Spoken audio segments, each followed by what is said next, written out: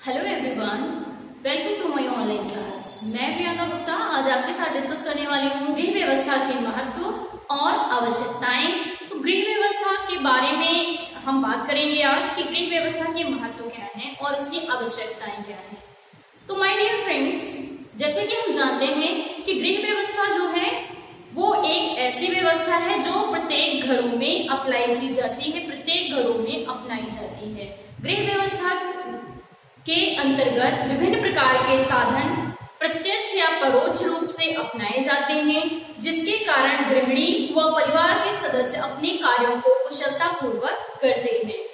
गृह व्यवस्था एक सार्वभौमिक एवं सर्वव्यापी प्रक्रिया है जिसका प्रयोग हर परिवार का सदस्य एवं गृहिणी करती है, जिससे वो अपनी कार्य कुशलता एवं दक्षता को अपने गृह में सिद्ध करने का प्रयास करती है।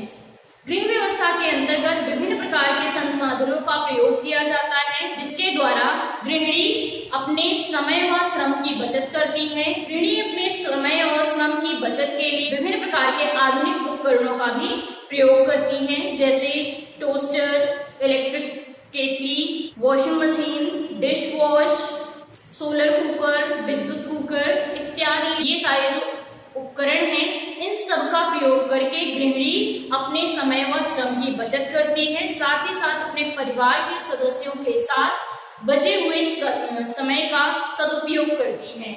इससे हमारी गृह व्यवस्था उत्तम तो बनती ही है, साथ ही साथ जो बच्चे हैं उनके लिए भी गृहिणी को समय मिलता है, जिससे वो उनको नैतिक, मनोवैज्ञानिक प्रकार के किस्से कहानियों के द्वारा उनको ज्ञान प्राप्त करवाती है। तो आइए जानते हैं कि गृह व्यवस्था की आवश्यकता क्या है और इनके बारे में हम एक एक करके जानते हैं। तो गृह व्यवस्था की आवश्यकता जो है विभिन्न कारकों को पूर्ति करने के लिए लगती है, जैसे लक्ष्यों की प्राप्ति में सहायक है हमारी गृह व्यवस्था। दूसरा, पारिवारिक आय व्यय के संतुलन को बनाए रखने में गृह व्यवस्था अति महत्वपूर्ण कार्य करती है। नेक्स्ट, नैतिक विकास में सहायक है, जीवन स्तर को उच्च बनाने में सहायक है, पारिवारिक आवश्यकताओं की पूर्ति में सहायक है और परिवार में उचित समायोजन बनाने के लिए आवश्यक है। तो इन सारे पॉइंट्स को हम आपके साथ एक एक करके डिस्कस करने वाले हैं। आइए देखते हैं कि लक्ष्यों की प्राप्ति में गृह व्यवस्था कैसे सहायक हो सकती है। तो इसके अंतर्गत जो परिवार होते हैं अपनी गृह व्यवस्था में अपने कार्यों को करने के लिए गृहिणी के साथ मिलकर एक योजना बनाते हैं और उस योजना के अंतर्गत क्रियान्वयन करते हैं और क्रियान्वयन के अंतर्गत वो अपने लक्ष्यों की प्राप्ति करते हैं।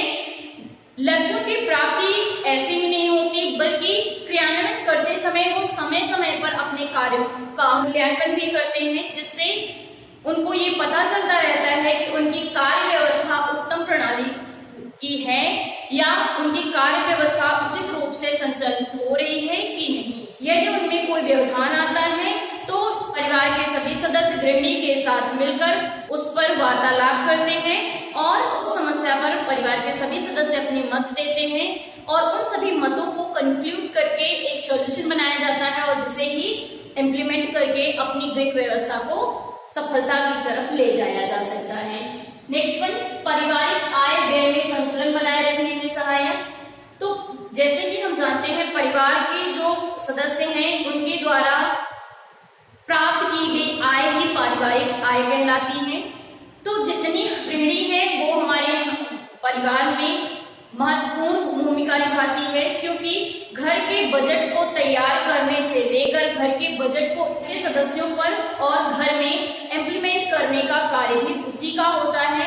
तो इसलिए गृहिणी को चाहिए कि वो अपनी गृह व्यवस्था के अंतर्गत बजट का निर्माण करे और बजट का निर्माण करते समय परिवार के सदस्यों की रुचि एवं आवश्यकताओं की पूर्ति करते हुए उत्तम बजट का निर्माण करे और आय व्यय का संतुलन बनाए रखे, साथ ही साथ उस बजट में बचत का भी प्रावधान रखे, जिससे वो अपने भविष्य के जिससे वो अपने परिवार के भविष्य के कल्याण में वो बचत लगा सके।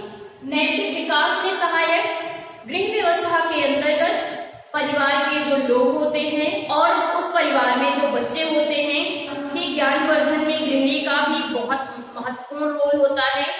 क्योंकि गृहिणी को ऐसे माहौल तैयार करने पड़ते हैं जो बच्चों के शैक्षिक उन्नयन, जो बच्चों के धार्मिक उन्नयन बढ़ाते हैं। नैतिक विकास के अंतर्गत गृहिणी अपने बच्चों को अनुशासन में रहना सिखाती है और कम समय में या समुचित समय में अपने कार्यों को करने का तरीका सिखाती है, जिससे बच्चे आगे चलकर अपने कार्यों को उचित रूप से करते हैं। नेक्स्ट वन, जीवन स्तर उच्च बनाने में सहायक। तो गृह व्यवस्था का बहुत ही इम्पोर्टेंट रोल है हमारे जीवन स्तर को उच्च बनाने के लिए, क्योंकि हमारा जो जीवन स्तर है वो काफी उच्च होता है, लेकिन जब गृहिणी को संसाधनों का उचित ज्ञान नहीं होता या उस संसाधनों के ज्ञान से वो अनभिज्ञ होती है, तो उस समय हमारा जीवन स्तर कितना भी उच्च हो, लेकिन हमारे कार्य न करने से या कार्यों को करने से अनभिज्ञता होने से गृहिणी और परिवार का जीवन स्तर निम्न हो जाता है। इसलिए गृहिणी को चाहिए कि वो अपने कार्यों को कुशलता पूर्वक करे और सभी संसाधनों का उचित ज्ञान प्राप्त करे, जिससे वो अपनी गृह व्यवस्था और कार्य व्यवस्था दोनों में दक्षता प्राप्त कर सके और अपने को उच्च जीवन स्तर में रख सके। नेक्स्ट वन, पारिवारिक आवश्यकताओं की पूर्ति में सहायक।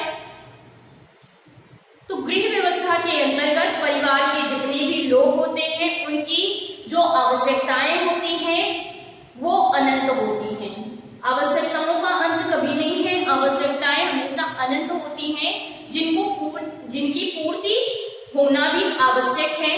यहाँ पर हम अपनी अनंत आवश्यकताओं की पूर्ति कैसे करते हैं? गृह व्यवस्था के अंतर्गत ऐसे आवश्यकताओं की पूर्ति को हम दो भागों में बांटते हैं। पहली जो आवश्यक आवश्यकताएं हैं उसको हम प्रथम चरण में पूर्ण करते हैं। साथ ही साथ जो अन्य दूसरी आवश्यकताएं हैं हम उनको दूसरे चरण में रखते हैं। जैसे हमारे बजट या जैसे ही हमारी आय हमारे बजट से अधिक होती है, तब हम उन आवश्यकताओं को पूर्ति करने के लिए अग्रसर होते हैं। तो इस प्रकार गृह व्यवस्था के अंतर्गत परिवार की जो आवश्यक आवश्यकताएं हैं उनकी पूर्ति होना अति आवश्यक होता है। नेक्स्ट वन, परिवार में उचित समायोजन हेतु सहायक। परिवार के जो भी व्यक्ति होते हैं उनमें उचित समायोजन होना अति आवश्यक है, क्योंकि परिवार में कई ऐसे सदस्य होते हैं जिनका व्यवहार, जिनका कार्य करने का तरीका एक दूसरे से बिल्कुल अलग होता है। तो गृहिणी को चाहिए कि अपने परिवार के सभी व्यक्तियों की मनोदशा को जांच परख ले और उनके अनुसार ही व्यवहार करे। साथ ही साथ उनकी कार्य कुशलता के आधार पर उन्हें कार्यों का बंटवारा करना चाहिए, ताकि वे परिवार के सदस्य अपनी गृह व्यवस्था के अंतर्गत जो कार्य है उनको कुशलता पूर्वक एवं दक्षता पूर्वक संपन्न करें, जिससे गृहिणी को भी अपने कार्यों में सहायता मिल सके और इससे परिवार का जो माहौल है वो खुशनुमा होगा और परिवार का कल्याण भी इसमें निहित है। तो आइए हम जानते हैं गृह व्यवस्था के लिए एक आदर्श गृहिणी की क्या क्या क्वालिटीज होनी चाहिए। गृह व्यवस्था के लिए आदर्श गृहिणी के गुण क्या क्या होने चाहिए? तो गृह व्यवस्था के अंतर्गत गृहिणी कुशल होनी चाहिए, ये तो डिमांड हर एक परिवार की होती है। साथ ही साथ उसमें ऐसे कौन कौन से गुण होने चाहिए जो अपनी गृह व्यवस्था को एक उत्तम गृह व्यवस्था गृहिणी बना सके, उनके लिए हमने कुछ पॉइंट यहाँ पे डिस्कस किए हैं जो हमारी गृह व्यवस्था के लिए एक आदर्श गृहिणी की आवश्यकता होती है। और उन गृहिणियों में ये जो पॉइंट्स हमने यहाँ पे डिस्कस किए हैं इनका होना अति आवश्यक है, तभी वो अपनी गृह व्यवस्था को उचित रूप से कल्याण पूर्वक आगे ले जा सकती है। तो कौन कौन सी क्वालिटीज हैं वो आइए जानते हैं। पहला है स्नेहपूर्ण मधुर व्यवहार। तो ये तो एक मानवीय गुण है, सभी व्यक्तियों के अंदर स्नेहपूर्ण मधुर व्यवहार होना चाहिए। लेकिन गृह व्यवस्था के अंतर्गत परिवार में जो गृहिणी है वो स्नेहपूर्ण हो परिवार के लोगों से, समाज के लोगों से, साथ ही साथ मृदुभाषी हो, जिससे वो अपने कार्यों को किसी से भी आसानी से करा सके और जो परिवार के लोग हैं उसकी वाणी को पसंद करें और उस गृहिणी को पसंद करें, जिससे गृह संचालन उत्तम प्रकार से चल सके।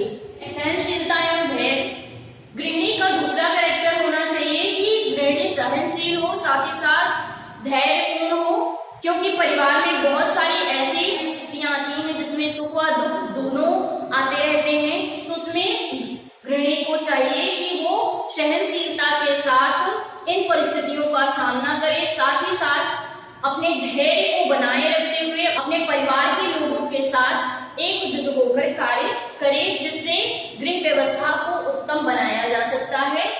साक्षरता, सूझबूझ तथा नियोजन संबंधी निपुणता, तो गृहिणी को साक्षर होना अति आवश्यक है, क्योंकि अगर गृहिणी अशिक्षित होगी तो बहुत सी ऐसी चीजें हैं जो परिवार की योजना को बनाने के लिए गृहिणी अनुपयुक्त साबित हो सकती है। इसलिए गृहिणी को साक्षर होना अति आवश्यक है। साथ ही साथ गृहिणी में उचित सूझबूझ होनी चाहिए अपने कार्यों को करने के लिए, परिवार के सदस्यों की मनोस्थिति को जानने के लिए, बच्चों के भावों को जानने के लिए, क्योंकि ये सभी परिवार के अभिन्न अंग हैं और जब ये अभिन्न अंग होंगे, सुखी होंगे, संतुष्ट होंगे, तभी हमारी परिवार की जो गृह व्यवस्था है वो आदर्श रूप से संचालित होगी।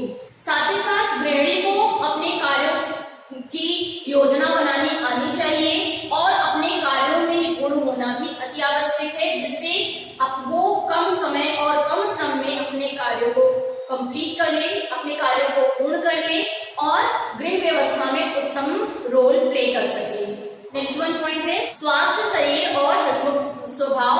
तो गृहिणी का शरीर स्वस्थ होना चाहिए ताकि वो अपने कार्यों को कुशलता से करे, पूरी दक्षता से करे।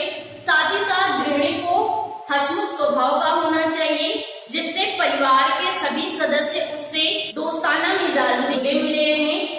यदि परिवार के किसी सदस्य को कोई समस्या होती है, यदि गृहिणी हंसमुख स्वभाव की होगी, व्यवहारिक होगी, तो घर के प्रत्येक सदस्य उससे अपनी समस्या डिस्कस करेंगे या उससे अपनी प्रॉब्लम डिस्कस करेंगे। तो उस समस्या से निकलने के लिए गृहिणी एक उपाय देगी जिससे समस्याओं को दूर किया जा सकता है। तो इसलिए गृहिणी का स्वस्थ होना अति आवश्यक है, साथ ही साथ हंसमुख स्वभाव का होना आवश्यक है, क्योंकि बहुत सारी परिस्थितियां ऐसी होती हैं, सुख दुख लगे रहते हैं, तो जिसमें गृहिणी यदि हंसमुख स्वभाव की है तो इससे परिवार के लोगों का आत्मबल बढ़ता है, उनको संतुष्टि की प्राप्ति होती है, चाहे परिस्थिति कितनी भी विषम हो। नेक्स्ट वन मितव्ययता का गुण। गृहिणी को मितव्ययी होना अति आवश्यक है। वो अपनी गृह व्यवस्था में, अपने कार्यों में बजट का निर्माण करे, आय व्यय का ध्यान रखे, पारिवारिक आय जितनी है उसके अंतर्गत व्यय हो, व्यय के अनुरूप ही बचत का भी प्रावधान होना चाहिए, ताकि भविष्य में वो अपने बच्चों की पढ़ाई के लिए, भविष्य में वो अपने परिवार के लोगों के कल्याण के लिए उस बचत को व्यय कर सके। नेक्स्ट वन पाक कला में निपुणता। तो सबसे इम्पोर्टेंट बात है ये, अगर एक कुशल गृहिणी है तो वो पाक कला में निपुण होनी चाहिए। मीन्स कोई भी रेसिपी हो उसको बनानी आनी चाहिए। यदि उसको इसका ज्ञान नहीं होता है तो उसको विभिन्न साधन है उसके पास। आजकल तो बहुत सारे डिजिटल सिस्टम भी हो गए हैं, बहुत सारे गैजेट्स आ गए हैं, जैसे मोबाइल फोन हो गया, लैपटॉप हो गए, कंप्यूटर हो गए, ऐसे बहुत सारे सर्च इंजन हैं जिन पे आप रेसिपी के नाम डालेंगे और उसकी विधि, इंग्रेडिएंट सब आपको मिल जाएगी। बस ये होना चाहिए कि गृहिणी आपकी जागरूक हो, समझदार हो, अपने कार्य को करने की दक्षता उसमें हो, तब वो ये सारे अल्टरनेट को पाकर वो अपने कार्य को उचित रूप से कर सकती है। तो यहाँ पर सबसे इम्पोर्टेंट बात है कि पाक कला उसे आनी चाहिए। नेक्स्ट वन है दक्षतापूर्ण कार्य। दक्षतापूर्ण कार्य से आशय है कि गृहिणी अपने कार्यों को कुशलता एवं दक्षता के साथ संपूर्ण करे, जिसमें उसका कम से कम समय एवं श्रम लगे। जब गृहिणी का कम से कम समय एवं श्रम लगेगा अपने कार्यों को पूर्ण करने के लिए, तो उसके समय की बचत होगी, जिससे वो अपने अन्य कार्यों को कर सकती है और समाज में ख्याति प्राप्त कर सकती है। तो आइए बात करते हैं गृह व्यवस्था में परिवार का सहयोग। तो हमारी गृह व्यवस्था में हमारा परिवार का सहयोग अति महत्वपूर्ण होता है। जब हमारे परिवार के सदस्य गृहिणी के कार्यों में सहयोग करते हैं तो गृहिणी को आत्मबल तो प्राप्ति ही होता है, साथ ही साथ अपने कार्यों से संतुष्टि भी प्राप्त होती है। इसलिए गृहिणी को चाहिए कि परिवार के सभी लोगों को वो अपने गृह व्यवस्था के अंतर्गत कार्य को प्रदान करे, ताकि परिवार के जो लोग हैं वो अपनी कार्य कुशलता के अनुरूप ही उस कार्य को करें। गृहिणी को चाहिए कि परिवार के जितने भी सदस्य हैं, छोटे बड़े वृद्ध बच्चे, उन सबको उनके आयु वर्ग एवं दक्षता एवं कार्य कुशलता के अनुरूप ही सौंपे, जिससे वो गृहिणी के कार्यों में उसकी अर्थव्यवस्था को मजबूत करने में सहायक हो।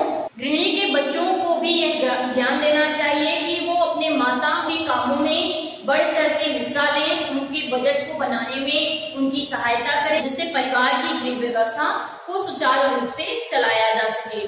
आइए हम बात करते हैं नेक्स्ट वन, गृह व्यवस्था के कुशल संचालन में आने वाली बाधाएं। तो हमारी गृह व्यवस्था जो है वो बहुत ही ज्यादा महत्वपूर्ण प्रणाली है। कभी कभी ऐसा होता है कि हमारी गृह व्यवस्था को संचालित करते समय कुछ समस्याओं का सामना करना पड़ जाता है। तो वो समस्याएं क्या हैं, आइए देखते हैं। पहला है परिवार के सदस्यों की कार्यकुशलता का निम्न स्तर। कभी कभी ऐसा होता है कि गृहिणी तो जागरूक है, लेकिन जो परिवार के सदस्य हैं उनकी जो कार्यकुशलता है वो बहुत ही निम्न स्तर की होती है। तब गृहिणी को चाहिए कि वो अपने परिवार के सदस्यों को बैठाकर उन्हें समुचित ज्ञान प्रदान करे, जिससे वो अपने कार्यों में निपुण हो जाए। साथ ही साथ उनको उनकी कार्यों का प्रैक्टिस कराए, जिससे वो अपने कार्यों में दक्ष हो जाए और गृहिणी को उनके कार्यों में सहायता करे, जिससे गृह व्यवस्था सुचारू रूप से चलती रहे। लेकिन यदि परिवार के सदस्यों का कार्यकुशलता का जो स्तर है वो निम्न होगा तो इससे गृह व्यवस्था में बाधा आ सकती है। नेक्स्ट वन, अधिकांश परिवार व्यवस्था की प्रक्रिया से अनभिज्ञ। अधिकांश परिवार ऐसे हैं जो परिवार व्यवस्था या गृह व्यवस्था की प्रक्रिया से अनभिज्ञ हैं। मीन्स कुछ परिवार तो ऐसे हैं जो इनके बारे में नहीं जानते हैं, लेकिन कुछ ऐसे भी हैं जो जानते हैं लेकिन जानबूझकर गृह व्यवस्था में हेल्प नहीं करना चाहते हैं। तो उस समय गृहिणी को अपनी गृह व्यवस्था का संचालन करने में बाधाओं का सामना करना पड़ सकता है। व्यवस्थापन से अधिक निर्णयों के लिए जानकारी का अभाव। कभी कभी ऐसा होता है कि वे अपनी गृह व्यवस्था को संचालित करने के लिए विभिन्न बाधाओं का सामना करना पड़ता है, या बहुत सारी समस्याएं इतनी जटिल होती हैं कि उनका समाधान हमें कहीं नहीं मिलता। तो उनके समाधान के लिए हमें विभिन्न जगहों से, विशेषज्ञों से, मैगजीन से, पुस्तकों से उन समस्याओं के हल को ढूंढना चाहिए, जिससे हम अपने गृह व्यवस्थाओं की समस्याओं का हल प्राप्त करके उनका निराकरण कर सके, उन समस्याओं का निराकरण कर सके, इससे हमारी गृह व्यवस्था सुचारू रूप से चलती रहे। लेकिन जब हमें इन सब चीजों का अभाव होता है, मीन्स मैगजीन, इंटरनेट इत्यादि पुस्तकों की उपलब्धता हमें नहीं हो पाती है, तब गृह व्यवस्था के संचालन में बाधाएं आती हैं। साधनों की अनभिज्ञता। इससे यह आशय है कि परिवार के सदस्य एवं गृहिणी जब संसाधनों से अनभिज्ञ होती है तब गृह व्यवस्था में बहुत बड़ा भूचाल आ जाता है, और जब ये भूचाल आता है तब परिवार की व्यवस्था जो होती है चितर बितर हो जाती है। एक गृहिणी को चाहिए कि वो अपने कार्यों में कुशल हो, प्रत्येक संसाधन का उसे ज्ञान होना चाहिए। यदि उस संसाधन का ज्ञान उसे नहीं है तो आज इतना डेवलपमेंट हो गया है, विभिन्न सर्च इंजनों पर जाकर अपनी समस्या को टाइप करे और उसका निराकरण उनको प्रत्युत्तर में मिलता है, जिससे जो गृहिणी है उन संसाधनों का उचित प्रयोग करके अपनी गृह व्यवस्था को उत्तम कर सकती है, साथ ही साथ उत्तम संचालन करके अपने जीवन स्तर को उच्च बना सकती है। तो इस वीडियो में आज इतना ही, मिलते हैं अपने नेक्स्ट वीडियो में। हमारा नेक्स्ट वीडियो जो होगा हमारे चैप्टर 3 के ऊपर होगा, जो है कार्य व्यवस्था। इस वीडियो में आपको जो भी समस्याएं आए आप कमेंट सेक्शन में जरूर लिखिए। यदि आपका कोई क्वेश्चन हो तो आप मेरे पर्सनल नंबर पे उसको पूछ सकते हैं, नहीं तो कमेंट सेक्शन में उसको लिखकर आप हमें बता दीजिए और हम उसके अनुरूप हम आपको उसका प्रत्युत्तर देंगे।